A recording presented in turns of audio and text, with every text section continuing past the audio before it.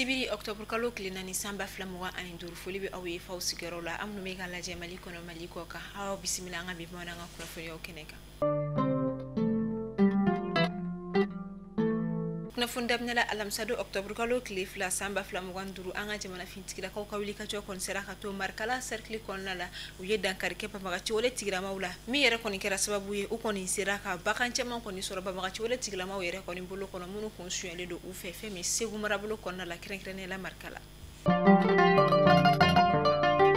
Conseil national de transition CNT o mafla ni obetali ke mulay keta ani bito mamari Coulibaly la olu koni nom na lendo waliya mina ode koni cybercriminalité mi yere konna plainte koni déposer au kama minna ayrala ka fo fana femi anga jamana konna la fanga nyini to nyama korodo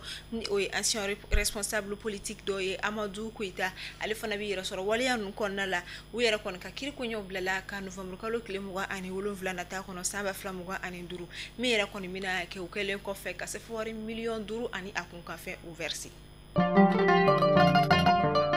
ayesi kuna foni okonna la kasangani jamana sabaka la yini mi be talike kaseka udwani koni okala nyogona mi yere la ku fanga faranjo konka ani kaseka jabi jonjo ni jabi ba olusoro okera sababu yukuno ngo juma octobre kalo kle saba anga jamana ministre nyama general de division Abdoulaye Maïga ale koni Mali Burkina Faso Niger ni jamana saba directeur général de douane kon olu bisimila mi yere fana kene kan fami Togo jamana commissaire général de l'office fana kumekene ka mi kera sababu yukoni masala la nyini be ula absega sigisenga tugumna ani kasega ala nyana maya amta kuligoro ko olufeno arabado temeni na chedo ale koni shu samana ka bo jikono chemi yerni asoma maro buguna tege sebe fene koni kuma soro ala akela arabado baji o kolona la kuligoro ko feno ni che ko fole tuma mina moni kala uye ale koni shu soro jikono la uye asalo kana abla badagulu la minyere la uya nyini na soro buguna tege sebe ala o ma soro ala wa amsu asumo ko fene mado amasuru nyamo ko mado o koni kraso uye ni ale koni ga jana jaw bra jara lenkala badagulu krefela ula kulikoro ko fe no alibi kulikoro dugutigi mi yere fana ko fe femi Conseil national de transition ma fana ye ale ye Jibril Jara mi yere ko ni karo ka fo kulikoro dugu yere fana patriarchie fana ye kuna fonia charla ka sangani alamsa do nye ko daba ma ka wule sera le ma octobre kalo cliff la ka ashito sambi kononto ani sabala mina ka janaja ko nyo beblala ka bisibiri ne ka kanyeta wakati ma kono ala ga hineke Jibril Jara la amitu ayesi kuna foni okona lamta Niger ka olufeno Niger fi police la ka kasanganu ka wuli ka joy septembre kalo kilemu ga ani kono tonte meni samba flamu ga ani duru ka bolo di nyoma nu ka wuli ka joko ni sira ka tu uyetike koni ke manga ni ajugu do konna munu ka bara konte foshi ye femi nyana mini ma fe olu jakuli ko jamana okona na la tike koni kera ni ma ko fole nunu konna mi nyere la nyana mini ma fe fami ma ko ko kayini o priki binani ani wolon vla soro la o bolo fo sa se femi ka do ka fo nyana mini ma fe sugu ya wero ma mi yere total beta ijo fo nyana minima fe kilo keme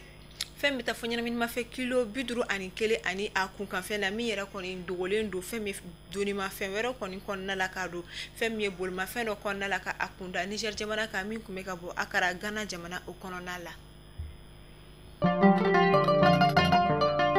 amta Morok jamana konela ni wakati na Morok jamana don kasanganu ka boli koni ka uka dusuma kasaya oluira o kera sababu ni masaba koni ni tora ala wa o fagala uka jamana gendarme la ka wera koni ni fe kasangani fe mi Morok jamana gouvernement nyema Aziz Akanush aleka kuma uye ayira ka foko fe mi gendarme la ka wera koni ka ni manunu bone unina o koni kera légitime défense de koni mi yera konna ukumeku ka bara ude ke ukumeku ka bara ke akechuko de la o kera sababu ka ni masaba koni bone anina kasangani ministre nyema koni ka foli uye agira ka fo kuni ma ko fole nun uka boli yere konna la u kono kuma fe ka u kunda fe me karo ka fo gendarme ko brigade do yere de konika ni yere fana krasa uye ka wolu ni walianna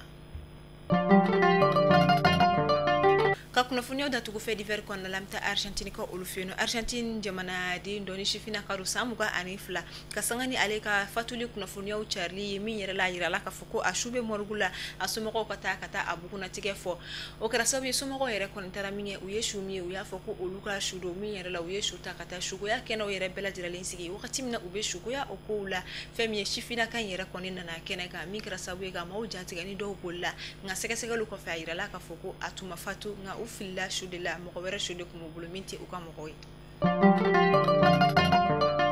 mali kunnafoni bɔlɔsira lajɛbagaw ne bɛ dansigi kɛ aw ka bi sibiri kunnafoniyaw la an b'a fɔ aw ni ci a ka lamɛnliko ɲuman na aw kan bɛ a ɲɔgɔnna wɛrɛ